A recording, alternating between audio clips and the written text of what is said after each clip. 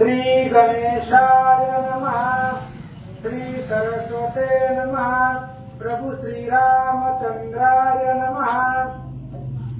श्रीरामाचे आघात चरित्र कवन वर्णवेल समग्र शेषाधिका न कळे पार मग मी पामर कायसा पांडुरंगा करू प्रथम नमन दुसरे चरण संतांचे त्यांच्या कृपाने कथेचा विस्तार बाबाजी सद्गुरु दासुका कथेचं अनुसंधान या ठिकाणी आपल्या मंदिरामध्ये राम अश्वमेध चालू झालेला आहे आणि आज त्याचा शेवट समाप्ती आहे आणि आता शेवटचा अध्याय या ठिकाणी होत आहे। बरोबर रामचंद्राने जो घोडा सोडला होता तो घोडा कशा प्रकारे फिरून आला, कोणकोणत्या राज्यात गेला, कोणी जिंकलं नाही का, कोणी शरण आले, अशा प्रकारे कथा आपण आज पण ऐकले आहे। आणि आता तो घोडा या ठिकाणी प्रत्यक्ष प्रभू रामचंद्राच्या सेवेमध्ये आला, तो मनुष्य रूपात आला आणि अंतर्धान पावला, तुम्हाला बसून गेला आणि त्यानंतर लहुकुश या ठिकाणी रामाला भेटला आलेले आहेत। अशी आपली कथा या ठिकाणी झाली आहे। म्हणजे हा घोडा आला आणि तो विलीन पावला आणि अशा प्रकारे या ठिकाणी प्रभू रामचंद्राचा अश्वमेध यज्ञ पूर्ण झालेला आहे असं या ठिकाणी ग्रंथकर्ते बोलतात। श्रीरामाचे आघात चरित्र कवन वर्णवेल समग्र शेषाधिका न कळे पार मग मी पामर कायसा ग्रंथकर्ते म्हणतात की प्रभू रामचंद्राचं वर्णन करणं हे मला काही शक्य नाहीये, नाही का। 4 वेद 6 शस्त्र 18 पुराण आहेत, ते सुद्धा दमलेले आहेत। नाही शेष 1000 पुराणाचा शेष तो सुद्धा दमलेला आहे, तो सुद्धा त्याचं वर्णन एवढं रामाचं महत्व आहे, एवढं रामाचं गुणगान आहे, अशा प्रकारे या ठिकाणी सांगू लागले। परी श्रीरामे कृपा केली म्हणून कथा सिद्धी ते पावली जे का शेषे निवेदिली वत्स्यायनासी आनंद अशा वत्स्यायनाला या ठिकाणी कथा सांगितलेली आहे, नाही का। कोण सांगणार, कोण आहे? शेष शेष त्या शेष वत्स्यायन सांगतो आहे आणि अशा प्रकारे ही कथा गोड कथा आपल्या सर्वांसाठी या ठिकाणी आलेली आहे। आज त्याचा समारोप आहे अशा प्रकारे सांगतात। पद्म पुराणा माझारी श्री व्यासे कथिली साजिरी तियासे गिरवान भाष भीतरी न कैसी कळेल प्राकृता पुराणामध्ये त्या ठिकाणी कथा प्रत्यक्ष व्यासाने लिहिले, जो अनेक ग्रंथ व्यासाने लिहिले, अनेक ग्रंथ। आणि अशा प्रकारे या ठिकाणी व्यास मुनी जे ग्रंथ लिहिले त्याचे निरूपण आहे। हा ग्रंथ व्यासाने लिहिला, रामचंद्राचं चरित्र आहे, त्याचं आख्यान आहे, अशा प्रकारे बोलतात। मनोन या भोळे भाविक जन तारावया रघुनंदन माझे हृदय संचरुण वदविता झाला कथा हे अशा प्रकारे ग्रंथ म्हणतात। प्रभू रामचंद्रांच्या कृपेने या ठिकाणी ग्रंथ आम्ही लिहू शकलो। नव्हे तर आम्ही सुद्धा पाठावर बसतो, म्हणजे रामाजीचा आम्हाला आशीर्वाद आहे, त्यांच्या कृपा आशीर्वादाने आम्ही या ठिकाणी बोलतो, लिहितो, वाचतो। आणि म्हणून रामाचं महिमा आघात आहे। मावशे प्रेमळ भेटली संत मंडळी मनोनी मम मती उल्हासली अश्वमेध कथा पूर्ण झाली श्रीराम कृपे करुणिया रामचंद्राच्या कृपेने या ठिकाणी अश्वमेध कथा आज पूर्ण झाली आहे। केवळ त्याचीच कृपा आहे, झाडाचं पाड होत त्याच्यासाठी आवडू शकत नाही, एवढं सामर्थ्य त्यांच्यामध्ये आहे। आणि म्हणून आज या कथेचा शेवट समारोप त्यांच्याच कृपा होत आहे अशा प्रकारे बोलतात। आता श्रोती सादर होऊन करावे साध्यंत कथेचे मनन मनोनी संक्षेप करीतो कथन तरी चित्त देईजे। आता आधी थोडक्यात संक्षिप्त त्यामध्ये मी सांगतो, तर सर्वांनी आता शांत बसावं आणि शांत बसून शांत चिंतन ऐकावं। मावशे ग्रंथकर्ते काय म्हणतात, त्याला बसा, बाकायची खटरा बंद करा तुम्ही आणि आता सावधतेने ऐकायला सुरुवात करा गोड कसा आहे असं या ठिकाणी बोलतात. प्रथम अध्यायी मंगलाचरण श्रीराम पुष्पक विमानी बैसवन आकाश पंथे करुण आले नंदी ग्रामाजवळी. म्हणजे आज हा बरं का हा महत्वाचा अध्याय आहे. आजच्या ह्या अध्यायामध्ये मावशी जागेवर बसून ऐक. काय बसतो काय पाहिजे तर पहिल्यापासून जे जे आपण ऐकलं ते आता पुन्हा आज ऐकायचे. प्रथम पहिल्या अध्यायात काय अध्यायी होतं, पहिल्या अध्यायात काय, दुसऱ्या अध्यायात काय, तिसऱ्या अध्यायात काय, अशा प्रकारे पूर्ण आज लक्ष देऊन ऐका की पहिल्या अध्यायामध्ये काय होतं ते पुन्हा एकदा वाचावं. प्रथम अध्यायी मंगलाचरण श्रीराम पुष्पक विमाने बैसवन आकाश पंथे करुण आले नंदी ग्रामाजवळी. आणि अशा प्रकारे कथेला सुरू झाले की प्रभू रामचंद्र त्या ठिकाणी राम रावणाचं युद्ध संपलं आणि सीतेला घेऊन पुष्पक वनात घेऊन नंदीग्रामाच्या ठिकाणी आले. नंदीग्रामाच्या ठिकाणी त्या ठिकाणी भरत प्रभू रामचंद्राच्या चरणाची सेवा करत होते, पादुकांची सेवा करत होते. त्या ठिकाणी भरताला भेटण्यासाठी म्हणून प्रथम प्रभू रामचंद्र नंदीग्राम या ठिकाणी आले म्हणतात. द्वितीय अध्यायी भरतासी भेटते झाले आनंदेसी मग भरते अयोध्येसी कळविला समाचार. जवळजवळ 70 अध्याय आहेत आणि 70 अध्यायात प्रत्येक अध्यायामध्ये काय काय झालं ते सांगितले. पहिल्या अध्यायामध्ये प्रभू रामचंद्र नंदीग्राम आले. दुसऱ्या अध्यायामध्ये प्रत्यक्ष प्रभू रामचंद्र भरताची भेट झाली. भरताच्या आणि रामाची त्या ठिकाणी भेट झाली असं दुसऱ्या अध्यायामध्ये सांगितलं म्हणतात. तृतीय अध्यायी अयोध्ये प्रती जाते झाले रघुपती सकळ प्रजा आनंदती पाहू येती धावणी. तिसऱ्या अध्यायामध्ये आपण काय ऐकलं तर प्रभू रामचंद्र भरताला घेऊन पण अयोध्येच्या ठिकाणी आले. अयोध्येपासून लांब अंतरावर नंदीग्राम आहे. नंदीग्राम आम्ही पाहिलेले आहे, अयोध्येवर पाहिले बरं का. आणि साधारणतः 500 वयाला एवढं अंतर आहे नंदीग्राम आणि अयोध्यामध्ये. आणि अशा प्रकारे नंदीग्राम होऊन प्रभू रामचंद्र भरताला घेऊन आता अयोध्येला आले की ज्या ठिकाणी आता रामाचा राज्याभिषेक होईल. चौथे अध्यायी राज्याभिषेक श्रीरामचंद्रासी झाला देख दाने तृप्त केले याचक आनंद झाला सकळी. चौथ्या अध्यायामध्ये काय सांगितलं की प्रभू रामचंद्र अयोध्येत आले, त्यांचा राज्याभिषेक केला, त्यांना सिंहासनावर बसवलं आणि अनेक लोकांना दान धर्म केला. अशा प्रकारे हा चौथ्यातला भाग आहे. पाचव्या अध्यायी स्तुती करून देव पावले स्वस्थान आगस्ती ऋषीचे आगमन आणि पूजन कथियले. प्रभू रामचंद्राच्या बरं का त्या ठिकाणी अभिनयासाठी अनेक लोक आले होते, अनेक देवदेवता आले होते आणि त्या प्रत्यक्षात ते कार्यक्रम झाला. प्रभू रामचंद्र गादीवर बसले, पूजा झाली आणि सगळे लोक निघून गेले. पुन्हा वशिष्ठ ऋषी त्या ठिकाणी आले नाही का. अगस्त्य मुनी त्या ठिकाणी आले आणि अगस्त्य मुनी आल्यानंतर पुढे काय केलं त्यांनी 6व्या पासून 9व्या पर्यंत राम अगस्ती संवाद बहुत त्या माझे रामप्रत अश्वमेध विधान निवेदिले. 6व्या अध्यायापासून 9व्या अध्यायापर्यंत बरं का काय झालं म्हणजे त्या ठिकाणी अश्वमेध घेतले नाही का. कशा प्रकारे का करायचा याचं चिंतन त्याच्यामध्ये केलंय.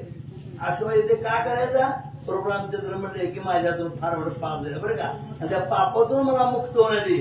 बघा देव सुद्धा आपल्या पापाचा विचार करत, आपण काय करत नाही. आपण सुद्धा विचार केला पाहिजे की आपल्यातून जे काही पाप झाले आहेत त्या पापाचं क्षारण आजची जर कोणी एखादी केली असेल तर त्याचे पाप सगळे निघून जातात. अशी ही आजची पापमोचिनी अशी ही आजची एकादशी आहे. आणि म्हणून त्या ठिकाणी प्रभू रामचंद्रांनी सुद्धा आपले पाप निघून जावे म्हणून अश्वमेध यज्ञ त्यांनी मानला होता. 10व्या अध्यायी यज्ञ लागून आरंभिता झाला रघुनंदन शत्रुघ्नासी नीती कथून अश्वरक्षण निवेदिले. 10व्या अध्यायामध्ये काय झालं की आता आपल्याला यज्ञ करायचा, अश्वमेध करायचा म्हणून तो घोडा आणला, घोड्याची पूजा केली आणि आता तो प्रत्यक्ष पृथ्वी प्रदक्षिणासाठी तो घोडा पाठवलेला आहे. आणि त्यासाठी शत्रूला सांगितलं की या घोड्याचं तू रक्षण कर. अशा प्रकारे प्रभू रामचंद्र शत्रूला बोलतात. 11व्या अध्यायी सकळ सैन्य सिद्ध करवी शत्रुघ्न पुष्कळा देवीरा लागून आज्ञा पिले रक्षणा. 11व्या अध्यायामध्ये काय सांगितलं म्हणजे घोडा पृथ्वी प्रदक्षिणा सोडला त्याच्यासाठी शत्रुंग नेमणूक केली आणि त्याला सांगितलं तू चतुरंग सेने बरोबर घ्या. चतुरंग म्हणजे 4 प्रकारचे, एक म्हणजे पायदळ, दुसरा हत्तीदळ, घोडेस्वार आणि रथ, असे आपले 4 प्रकारचे सैन्य त्याच्यावर सोबतीला पाठवलं म्हणतात. 12व्या अध्यायी अश्व निघून पातला सुमदाचे राज्य लागून सुमतीने सकळ वर्तमान शत्रुघ्नासी कथिले. श्री गणेशाय महा श्री सीतारामचंद्राभ्याय महा. 6व्यापासून 9पर्यंत राम अगस्ती संवाद बहुत दया माझी राम प्रत अश्वमेध विधान निवेदिले. कथेचं अनुसंधान अध्यायांची अनुक्रमणिका सुरू आहे. म्हणजे कुणाला कोणत्या दिवशी यायला जमलेलं नसतं, या अडचणी असतात. मानवी जीवन आहे आपलं, रोज जमत नाही आपल्याला, कधी ना कधी काही ना काही अडचण येत असते. त्याच्यामुळे ही कळस अध्याय म्हटला जातो सगळ्यात शेवटचा. आणि या अध्यायामध्ये पहिल्या अध्यायापासून 17व्या अध्यायापर्यंत काय काय कथा निघाली सगळं एका एका ओळीमध्ये सांगितलेलं असतंय. 6व्या अध्यायापर्यंत आपण ऐकलं रामचंद्र अयोध्येतून आले, राज्याभिषेक झाला. 6व्या अध्यायापासून 9व्या अध्यायापर्यंत अगस्ती ऋषी आणि रामचंद्राचा संवाद आहे, खूप आहे त्याच्यामध्ये. आणि मग अश्वमेध यज्ञाचं विधान, तो यज्ञ कसं करायचा ते विधान महाराजांनी रामाला सांगितलं. 10व्याध्यायी यज्ञ लागून आरंभित झाला रघुनंदन शत्रुघ्नाची नीती कथून अश्वरक्षण निवेदिले. 10व्या अध्यायामध्ये शत्रुघ्नाला रामचंद्रांनी नीती सांगितली. युद्धामध्ये कुणाला मारायचं नाही, निशस्त्राला मारायचं नाही, लहान लेकराला मारायचं नाही, शरण आलेल्याला मारायचं नाही, अशा प्रकारची काही नियम नीती रामचंद्रांनी सांगितली आणि घोडा सोडला. 11व्यात सकळ सैन्य सिद्ध करवी शत्रुघ्न पुष्कला जीविरा लागून आज्ञा पिले रक्षणा. 11व्या अध्यायामध्ये काय ऐकलं आपण? पुष्कर महाराज आणि त्यांची पत्नी कांतीमती. पुष्कर आपल्या बायकोची भेट घ्यायला गेला कांतीमतीची. कांतीमतीने सांगितलं वीरपत्नी म्हणून मला जगावं असं वाटतंय, त्याच्यामुळे युद्धामध्ये माघार घेऊ नका, अपजयाचं तोंड घेऊन या ठिकाणी येऊ नका, विजय मिळवा. म्हणून कांतीमतीने सुद्धा नीतीक्षेत्र पुष्कराला सांगितली, तिची भेट घेतली आणि यज्ञाच्या रक्षणापाठीमाग निघाले. 12व्यात अश्वनी भोन पात्र सुमदाचे राजा लागून सुमतीने सकळ वर्तमान शत्रुघ्नाशी कथिले. 12व्या अध्यायामध्ये आपण काय कथा ऐकली? घोडा शरयू तीरापासून अयोध्येमधून निघाल्याबरोबर पहिल्यांदा सुमंत राजाच्या नगरामध्ये गेला आणि तो देवीचा भक्त होता. त्या नगरामध्ये गेल्यावर त्यानं घोडा पकडला. मग सुमतीने शत्रुघ्नाला विचारलं इथला राजा कोण आहे, त्याची कथा सुमतीनं सांगितले. 13व्या माझी शत्रुघ्न लागून समुद्राया आला शरण अश्वरक्षण कारणे आपण सैन्यासह निघाला. 13व्या अध्यायामध्ये सुमद्राच्या शरण आलेला होता, कारण त्यानं रामचंद्राच्या प्राप्तीसाठी घोडा पकडला. जगदंबेच्या सांगण्यावरनं सुमद्राच्या शरण आला, घोडा पुढे निघाला. 14व्यात कथा सुंदर पैष्णती आला अश्ववर शेवराचा वृत्तांत समग्र 15व्यात कथिला. आणि 14व्या अध्यायामध्ये कथा जी आहे ती घोडा पैलसनी तीरावरती आला. मग हे आश्रम कुणाचा आहे काय आहे? मग पुन्हा 15व्या अध्यायामध्ये कथा लागल्यानंतर ना च्यवन ऋषीची कथा, भृगु ऋषीची कथा सुमतीनं शत्रुघ्नाला सांगितली. 16अध्यायी आश्रमोपासनाची शत्रुघ्न भेटला च्यवनाशी मग मारुतीने ऋषीशी अयोध्ये प्रती पोचविले. 16व्या अध्यायामध्ये जे काय असणारा शत्रुघ्न महाराज आहे, च्यवन ऋषींना भेटले. त्यांना रामाच्या दर्शनाला जायचं होतं, म्हणून शत्रुघ्नानं हनुमंताला सांगितलं तुम्ही यांना रामाकडे पोचवा आणि माघारी या. 17व्यात विमल भूपती शरण आला शत्रुघ्ना प्रती देवोन अपार संपत्ती हय रक्षणा निघाला. 17व्या अध्यायामध्ये विमल राजाची कथा आहे. आणि तो विमल राजा रामचंद्राचा घोडा आहे म्हटल्याबरोबर शत्रुघ्नाला सर्व संपत्ती सहित शरण आला. 18 पासून 22 पर्यंत रत्नगिरीवरचे अज्ञान समस्त नीलगिरी महिमा वर्णित सुमती प्रधान विस्तारे. 18व्या अध्यायापासून 22 अध्यायापर्यंत आपण काय ऐकलं? निलगिरी पर्वताचं महात्म्य. ती पर्वत किती पुण्यवान आहे. पुन्हा रत्नागिरी राजा आहे, त्याने किती किती तीर्थयात्रा केल्या, काय काय केलं. मग जाताना एक असणारा व्यक्ती यम त्याला घेऊन जात होते, पापी होता म्हणून मारित होते. शालिग्रामाचा स्पर्श झाला, त्याचा उद्धार झाला. पुन्हा त्याच असणाऱ्या पर्वतावरती राजा आला. ही कथा 18 पासून 22 अध्यायापर्यंत आपण ऐकले. या पर्वतावरी जाऊन शत्रुन घेतले विष्णू दर्शन, मग सोडिले अश्व लागून पुढची पृथ्वी क्रमावया. आणि पुन्हा 22व्या अध्यायामध्येच त्या निलगिरी पर्वताचं दर्शन शत्रुघ्नाने घेतलं. त्या पर्वतावरती जाऊन तिथं मूर्तिमंत भगवान श्री विष्णू शालिग्रामाच्या रूपामध्ये होते आणि तिथं विष्णूचं दर्शन घेऊन शत्रुघ्न पुढे निघाले. 23व्या पासून शोभर पावला सुबाहूचे नगर, दमन नामे राजपुत्र धरिता झाला तयाते. 23व्या अध्यायापासून पुढे कथा निघाली. दमन राजा, सुबाहू राजा. त्या दमन सुबाहूचा मुलगा दमन वन क्रीडेला आलेला होता आणि स्त्रियाच्या सांगण्यावरनं त्यानं तो घोडा पकडला.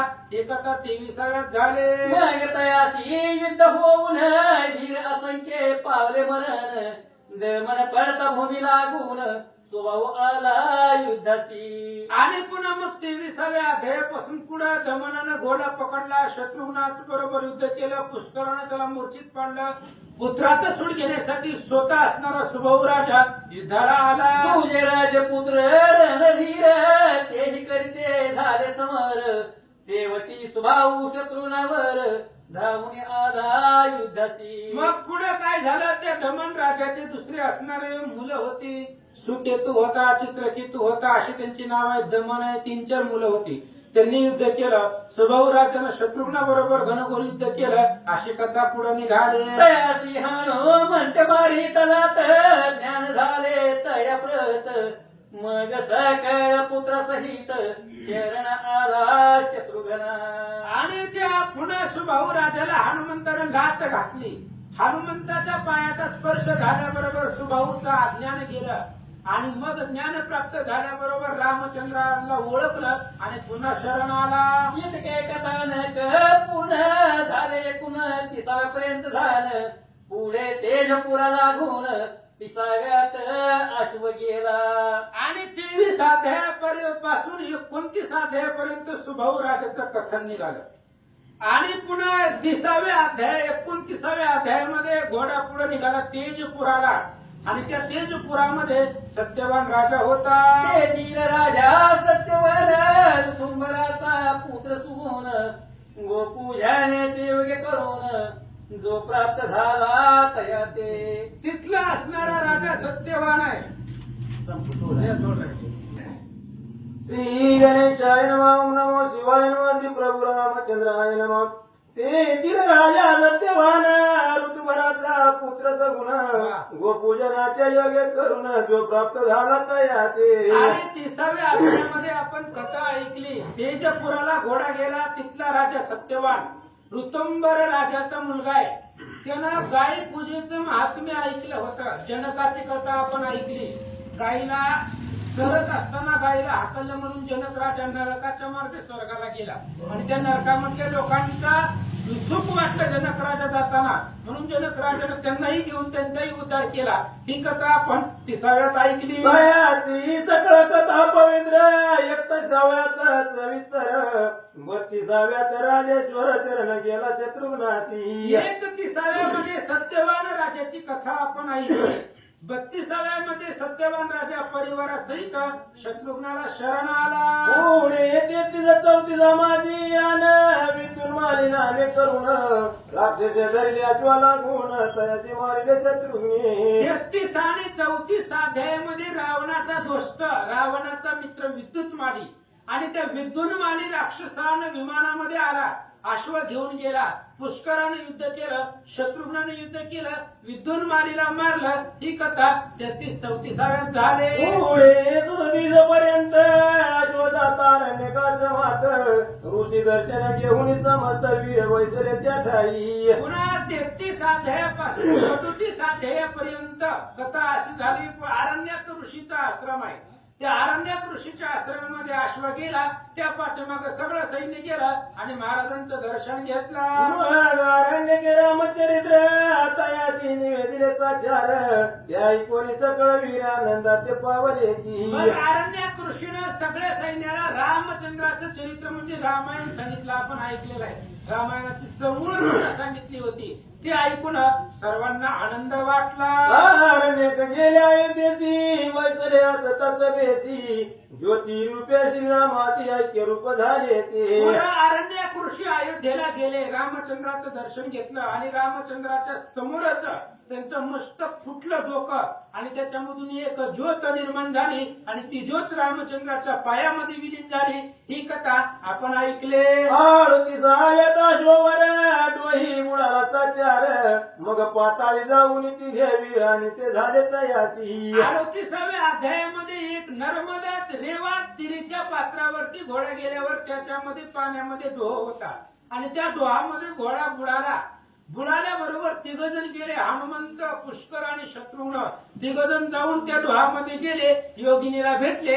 ही कथा आपण ऐकली. पुढे 39 पासून 46 पर्यंत जाण वीरमणीचे आख्यान सविस्तर कथिले असे. पुन्हा 39 अध्यायापासून 46 अध्यायापर्यंत वीरमणी राजा महादेवाचा भक्त आहे आणि त्या वीरमणी राजानं युद्ध केलं. महादेव त्याच्या सोबतीला आले पाठीराखा म्हणून. मग त्यानं शत्रुघ्नाला हनुमंताबरोबर सगळं सैन्य मारलं. पुन्हा हनुमंतानं महादेवाला जिंकलं. महादेवाला त्या सगळ्या सैन्याला रक्षण बसवलं. स्वतः द्रोणागिरीवरती गेले. तिथे गेल्यावर इंद्रदूतांना मारलं. तिथून बृहस्पतीकडून औषधी आणल्या, सैन्य उठवलं. त्याने अश्वबंधन करून युद्ध केले बहुनिर्वाणी शेवटी राजा पडताळणी शंकर आला युद्धासी. आणि त्या असणाऱ्या वीरमणी राजानं भरपूर युद्ध केलं आपल्या ताकदीनं आणि मग वीरमणी संकटात पडल्यावर त्याचे कैवारी महादेव ते महादेव वीरमणीचा सहाय्य करून युद्धाला शत्रुघ्ना बरोबर आले. तयांचा मारा निवार शत्रुघ्ने स्मरिला रघुवीर ते जाऊन या सत्वर दर्शन दिले श्रीरामे. आणि मग त्यावेळेस सगळं सैन्य त्या ठिकाणी पडलं. महादेवजी साक्षात आले. महादेवानं घनघोर युद्ध केलं. त्यावेळेस शत्रुघ्न रणांगणामध्ये पडला. हनुमंताने सांगितलं रामाचं भजन करून रामाला बोलव. मग रामचंद्र तिथं आले.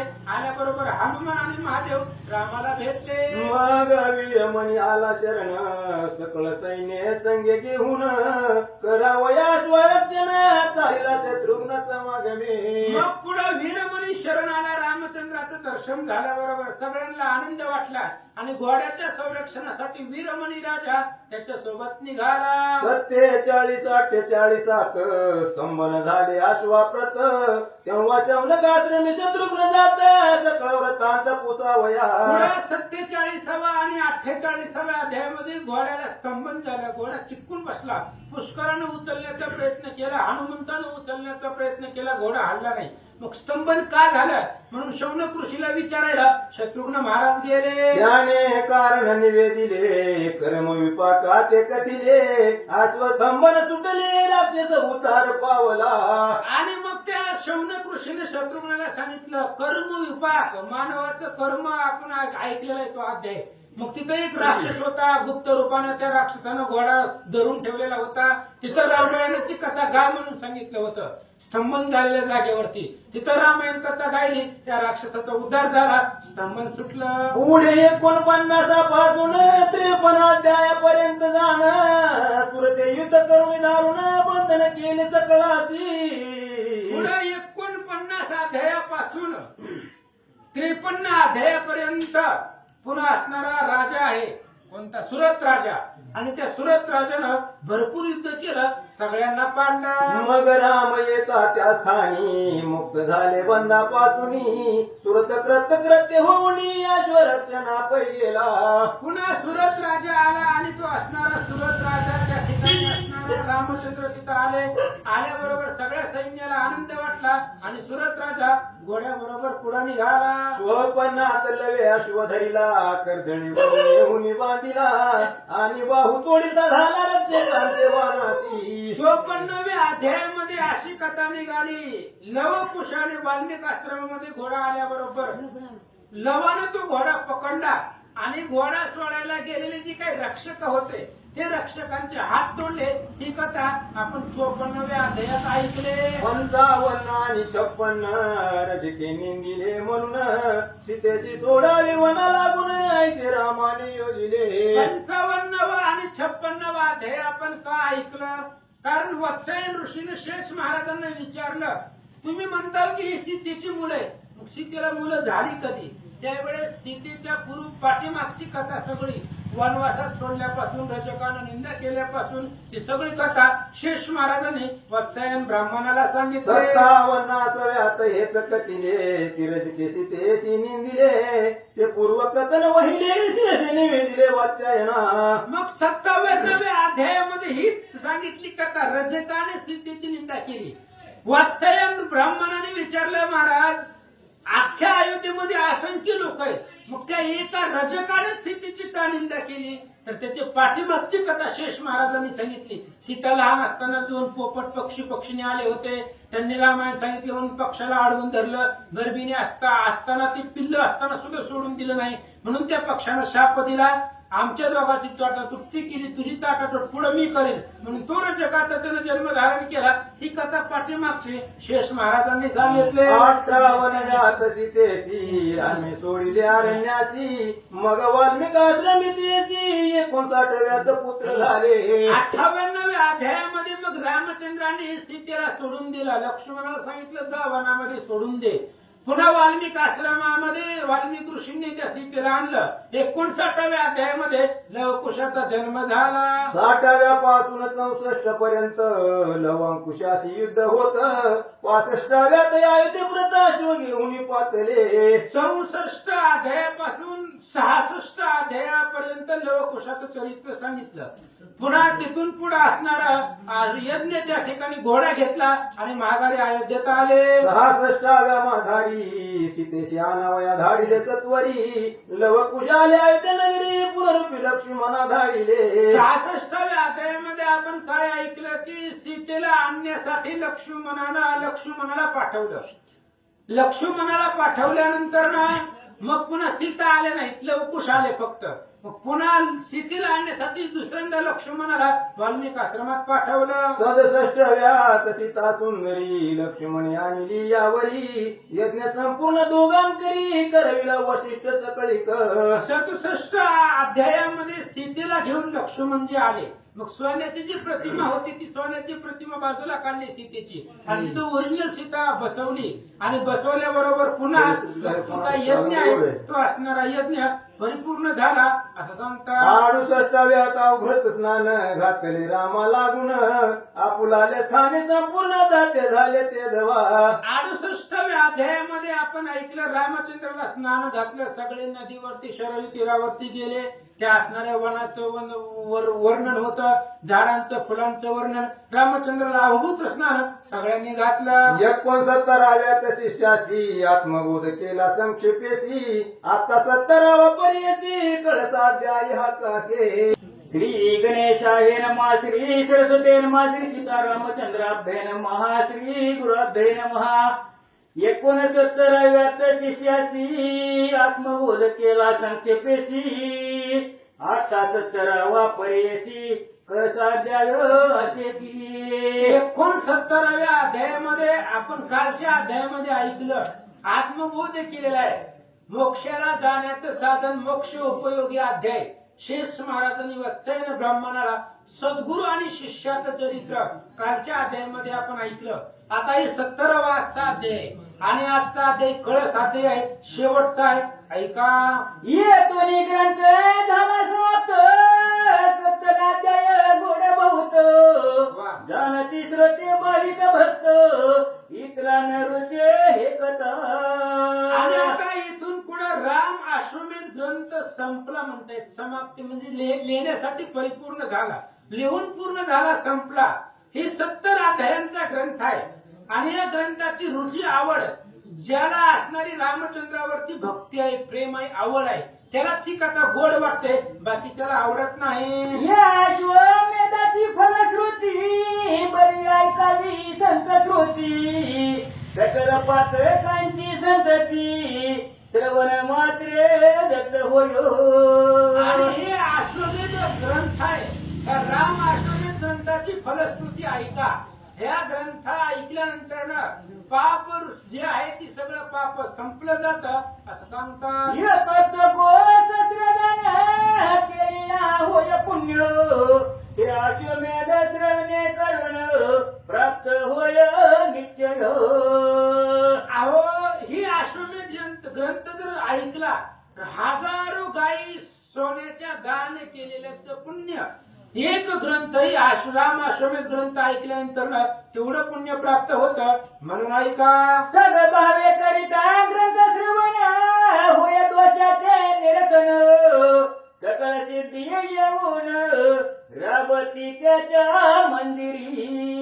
भक्तिभावानं सद्भावानं ग्रंथाचं श्रवण झालं, ग्रंथ ऐकला, होय दोषाचे निरसन, सगळे दोष संपले जातात आणि सगळे अष्ट महासिद्धी त्याच्या घरी येऊन राबतात असं फलश्रुती सांगतात. विद्यार्थी पवेल विद्याचे, धनार्थी पवेल धनाते, पुत्रार्थी राधेल पुत्राते, निष्कामे मोक्ष पाविये. आणि हा राम अश्वमेध ग्रंथ ऐकल्यानंतर कोणतीही अपेक्षा असू द्या, विद्यार्थ्यांना ऐकलं तर त्याला विद्या प्राप्त होते, ज्याला पुत्राच्या अपेक्षा आहे त्यांना ऐकलं तर पुत्र संतती प्राप्त होते, धनाच्या अपेक्षेनं ऐकलं तर धन मिळते, निष्काम भावनेनं ऐकलं तर मोक्ष भेटतो.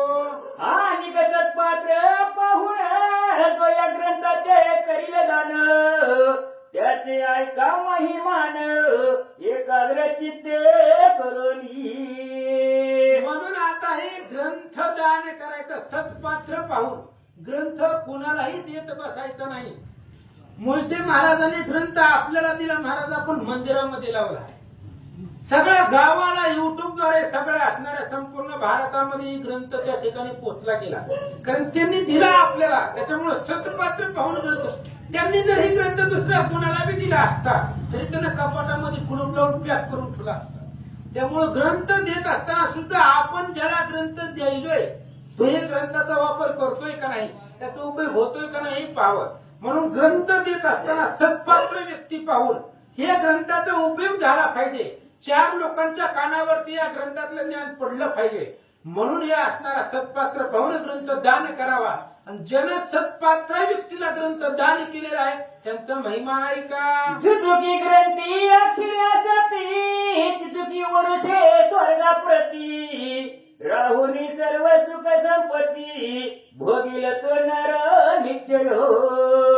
अहो सत्पात्राच्या हातामध्ये जर ग्रंथ दिला, ग्रंथ दान केला तर त्या असणारा जो जनदान केलेला आहे तो व्यक्ती या ग्रंथामध्ये जेवढ्या ओवी संख्या आहे, अक्षर आहे, तेवढे दिवस तो स्वर्गामध्ये राहतो असं सांगतात. विप्रे करिता ग्रंथ श्रवण तो होय ज्ञान संपन्न, पाहुण्या विद्याधन बहुमान्य होईल विप्राने ब्राह्मण लोकांनी या ग्रंथाचं भक्तिभावानं श्रवण केलं तर त्याला ज्ञान प्राप्त होईल आणि ज्ञान प्राप्त असून 4 लोकांमध्ये तो वंदनीय होईल असं सांगतात. क्षत्रिय करिता ग्रंथ श्रवण तयाशी प्राप्त राजधन, रणी अजिंक्य होऊन राज्य करील आनंदे.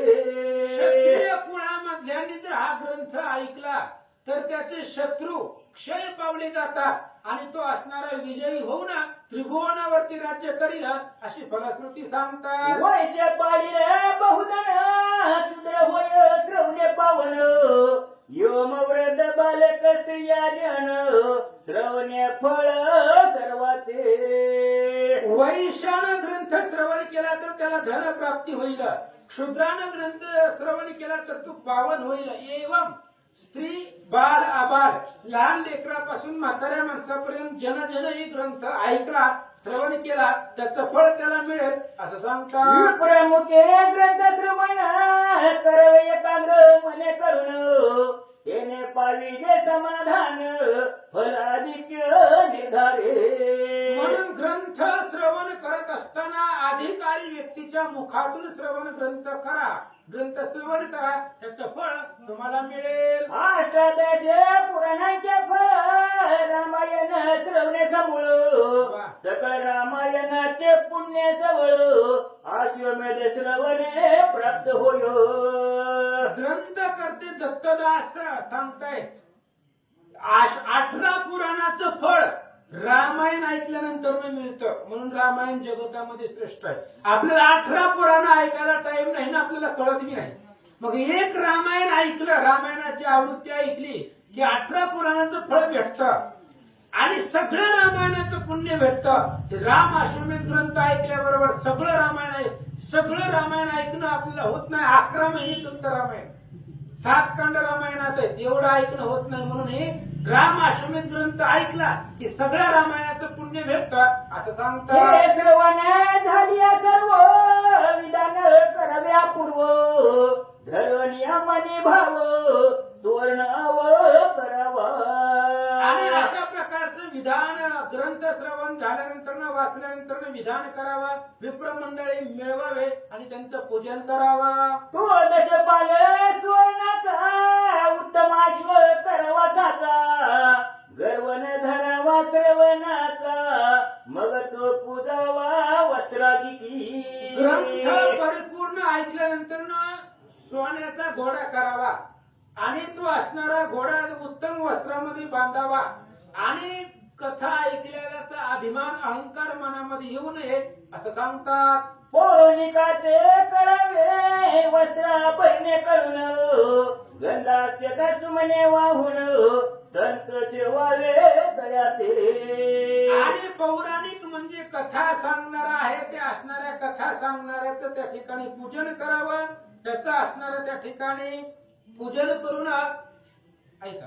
मग तो अश्वतयसी दान देऊनी द्यावी दक्षिणा पूर्ण मग करणी राम कीर्तन ग्रंथ पूजन करावे.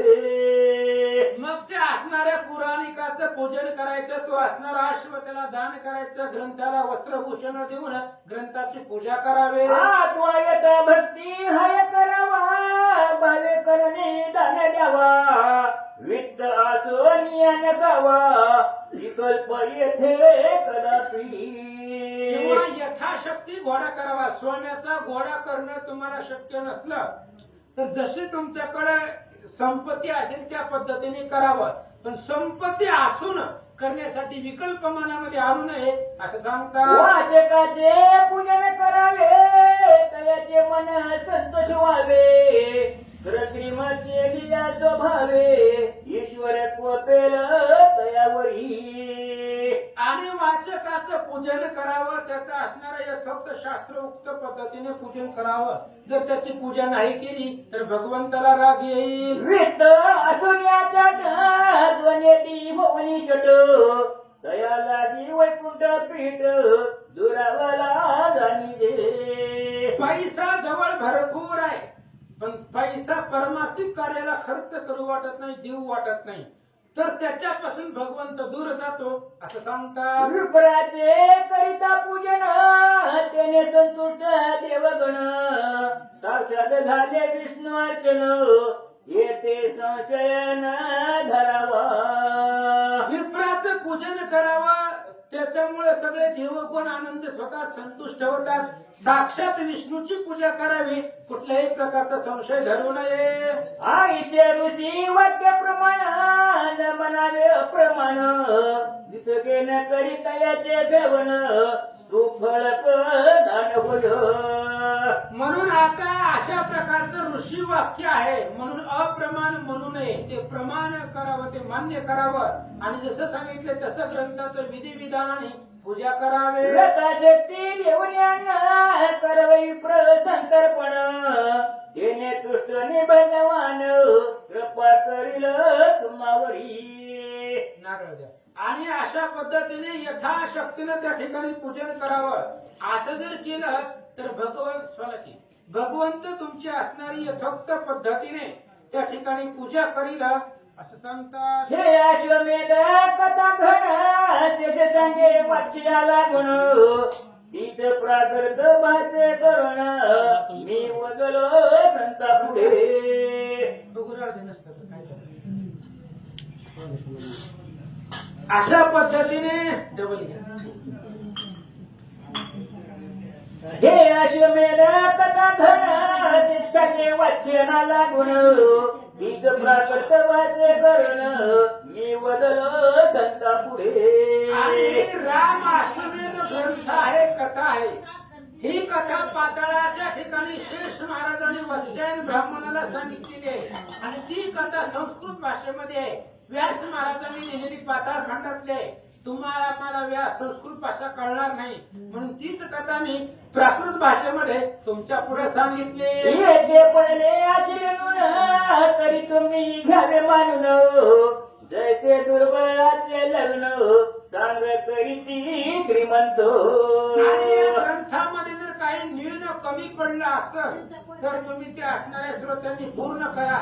जसं एखाद्या गरीबाचं दरिद्र्याचं लग्न श्रीमंत यथा सांग लावतात तसं जर काही कमी पडलं तर तुम्ही भर काढा. 70 अध्याय संपूर्ण ग्रंथ करता सीतार म्हण तेने जैसे वदविले जाण तैशा परी वदलो मी. 70 अध्यायांचा ग्रंथ आहे. आणि ग्रंथकर्ता कोण आहे? ग्रंथकर्ता सीतारमण रामचंद्रच हे ग्रंथाचे कर्ते आहेत. त्यांनी बुद्धी दिली म्हणून 70 अध्यायाचा ग्रंथ तुमच्या पुढे मांडला. मग पितृनामा बल्लाळ तुपासक केवळ परशुराम शती निर्मळ कोळवण ब्रह्मसे. आता ग्रंथकर्ते थोडीशी आपली माहिती देत आहेत. त्यांनी आतापर्यंत आपली स्वतःची वैयक्तिक माहिती कुठंही सांगितली नाही, कोणत्याच अध्यायामध्ये सांगितली नाही.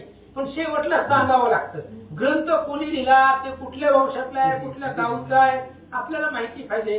म्हणून विष्णू त्यांचं नाव आहे, बल्लाळ त्यांच्या वडिलांचं नाव आहे आणि कोळवण त्यांचं गाव आहे असं सांगतात. यस्तानी माझे जन विष्णू माझे नामाभिधान हेर उपनामा कुळाला गुण असे जाना पै माझ्या. आणि ग्रंथकर्ते सांगतायत कोळवण नावाचं गाव आहे. त्या कोळवण गावामध्ये माझा जन्म झाला.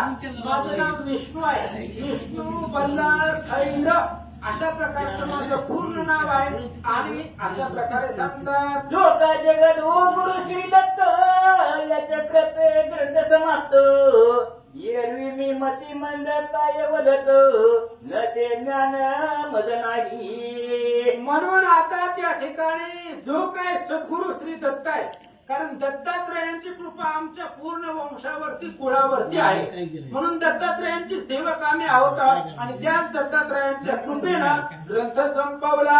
असं म्हणते कृपा करिता मग न होय काही न्यूनता देवी धरनिया ममता ग्रंथ मम मुखे वदविला. अहो, कृपा करणारे सद्गुरु दत्तात्रय भगवान परमात्मा आहे. आणि दत्तात्रय तिन्ही देवाचा अवतार आहे. म्हणून त्या दत्तात्रयाची कृपा झाली आणि त्यांच्या कृपेनेच ग्रंथ लिहिला आणि त्यांच्याच कृपेनं ग्रंथ संपवला. सखे 1799 आषाढ कृष्ण अष्टमी तिथ गुरुवारी ग्रंथ समाप्त झाला असे दत्त कृपे. आणि ग्रंथकर्ते सांगतायत दत्तात्रयांच्या कृपेनं हा ग्रंथ लिहिला. दत्तात्रयांची कृपा आमच्यावरती झाली म्हणून शके 1799 आषाढ कृष्ण अष्टमी तिथं गुरुवारी ग्रंथ समाप्त. गुरुवार ही दत्तात्रयांचा वार आहे आणि त्याच गुरुवारी ग्रंथाची समाप्ती केली. म्हणून दत्तदास नामाविधान प्रतियाद्यायी लिहिलेला माझे लढवाळपण संपूर्ण मानवले सद्गुरुशी. ग्रंथकर्त्याचं नाव आहे विष्णू बल्लाळ खैर. पण त्या ग्रंथकर्त्यांनी अध्यायाच्या अंतीला आपलं नाव वापरलं नाही, फक्त दत्तदास. आम्ही दत्तात्रयांचे सेवक आहे. दत्तात्रयांची कृपा आहे म्हणून प्रत्येक अध्यायाच्या अंतीला त्यांनी दत्तदास शब्द वापरला असं सांगतात. ग्रंथ भावे करिता श्रवण तेने सर्वांशी कल्याण संतती संपत्ती विद्याधन प्राप्त सौख्य निरंतर ग्रंथ भावे करून जो श्रवण करील त्याने सर्वांचं कल्याण होणार आहे. संतती संपत्ती विद्याधन त्याला सगळं प्राप्त होईल. दत्तदासी नवी श्रोत्या चतुरा ग्रंथ ऐकुनी मनन करा निधी ध्यास करिता श्री रघुवीरा आनंद होईल सर्वदा. ग्रंथ करते दत्तदास सांगताय ग्रंथ ऐका. ऐकलेलं चांगलं आहे पण इथून घरी गेल्यावर ग्रंथ विसरू नका. त्या ग्रंथाचं मनन करा, निध्यास करा, चिंतन करा आणि त्यामुळे रामचंद्राला आनंद होईल. महाराज सांगतात इति श्री पद्म पुराणे पाताल खंडे शेचे वाचन समाधे रामाश्वमेधे सप्तकितोमाध्याय गोळहा श्री सीता रामचंद्र अर्पण मस्तु श्री रामाश्वमेध समाप्त कुंडली श्री ज्ञानदेव तुकाराम पंढरीनाथ भगवान की जय. प्रभू श्रीरामचंद्र भगवान. 5 मिनिटं बसा जरा वाचू दे थोडं. पहिल्या 5 वेळ निवांत पहिला 10 वाजले की व्यवस्थित चालेल. श्री गणेशाय नमः श्री सरस्वती नमः श्री गुरुभ्ये नमः श्री सीतारामचंद्राभ्ये नमः. ओम नमोजी पूर्ण ब्रह्माजादितात्मा रामा नीलकंठ मनीष रामा पूर्णानंदा सुखाब्दे जय जयाजी माया चळका सर्वातीता विरंची जनका सकळ चित्त परिषदा निर्गुणा रूप आनंदमया कमरोद्भव विष्णू शंकर अंबिका गजानन भास्कर ही तुझीच नामे साचार परितू निर्विकार सर्वदा. तू मंगलकारक गजानन म्हणून आरंभी करू चिंतन तव गुण करावया लेखन मंगल जननी न पुरे सुकुमार पद रक्तोत्पलत गौरवर्णनु परिशोभत तोल रुंजुन वाजत ध्याती संत हृदयी सदा. कुंडली गवधारी श्री ज्ञानदेव तुकाराम पंढरीनाथ भगवान की जय.